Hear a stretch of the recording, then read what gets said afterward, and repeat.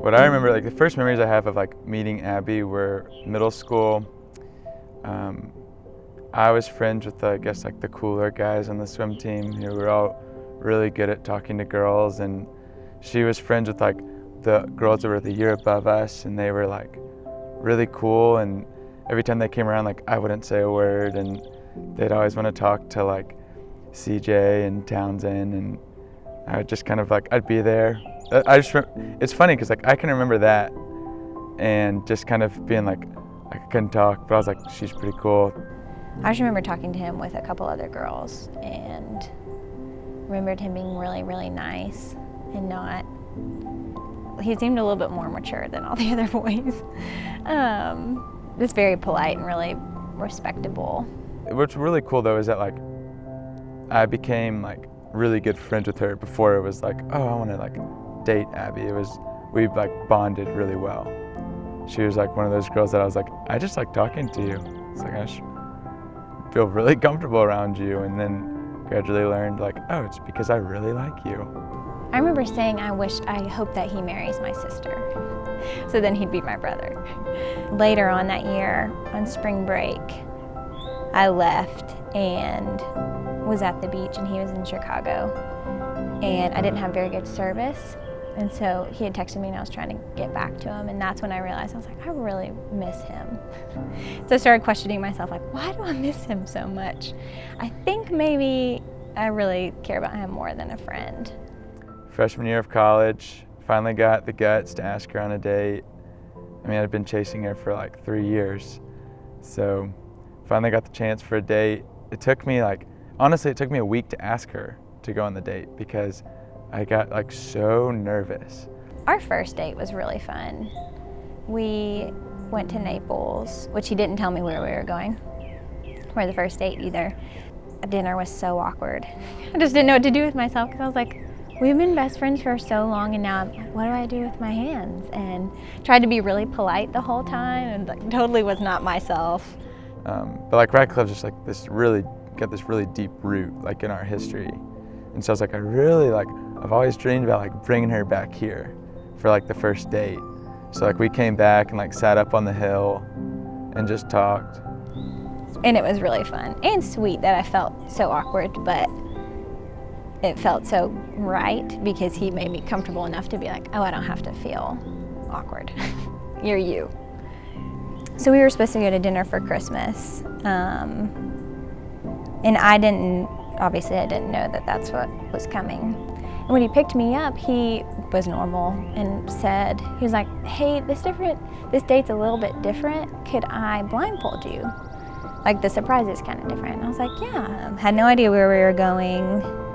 Got to KRC, and when I got out and he took the blindfold off, I knew where I was, and that's when I was like, oh, I hope this is a proposal.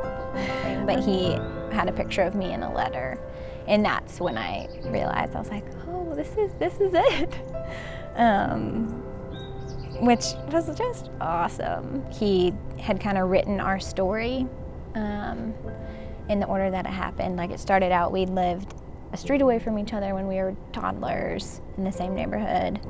Started at KRC when we were little kids, and so just told our story throughout all the letters, which was really cool to hear it from his perspective, and just to see like, look what the Lord has written in our lives, having us near each other the whole time, and then him proposing and just being like, we get to keep, it's gonna keep being written. Yeah, it was really, I'm about to cry thinking about it. It just was really, really special. I guess the thing I like the most about Abbie is her heart. Just the amount of love she can show, and like not just the amount of love she can show, but like authenticity there is to her love.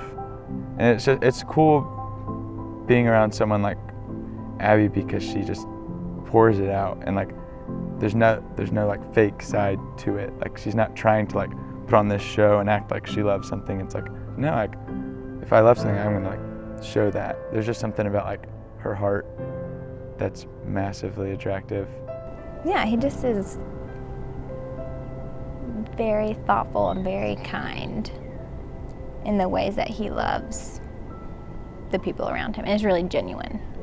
Her eyes are pretty awesome. They're just beautiful. He always tells me I look nice, which I try to be humble about and not care very much, but I kind of want to just be like, do you mean I look clean or like neatly pressed, or do you think I'm beautiful?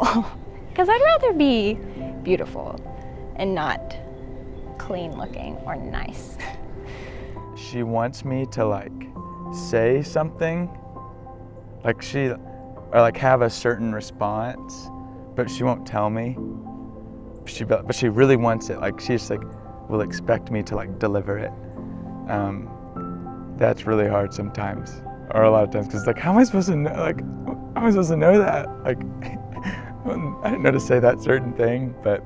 And he's recently started. It's only happened a few times, beatboxing in the car, and I really don't think I like that very much. I'm really excited to live together. I don't know, like start anew, like our own life together. And with that, like starting like our own, like here's like our old lives before, but now like uniting as one. And like what that will look like as far as like where we've come from, and like taking like good things from our like individual past and like the bad things and forming them into like our own decisions and our own plan and life. I'm excited to have someone that has promised to like be there. And so that's exciting to like think about getting to spend the rest of our lives together. Like knowing that like Abbie's the one that like I'll be with is really cool. I'm definitely excited about that.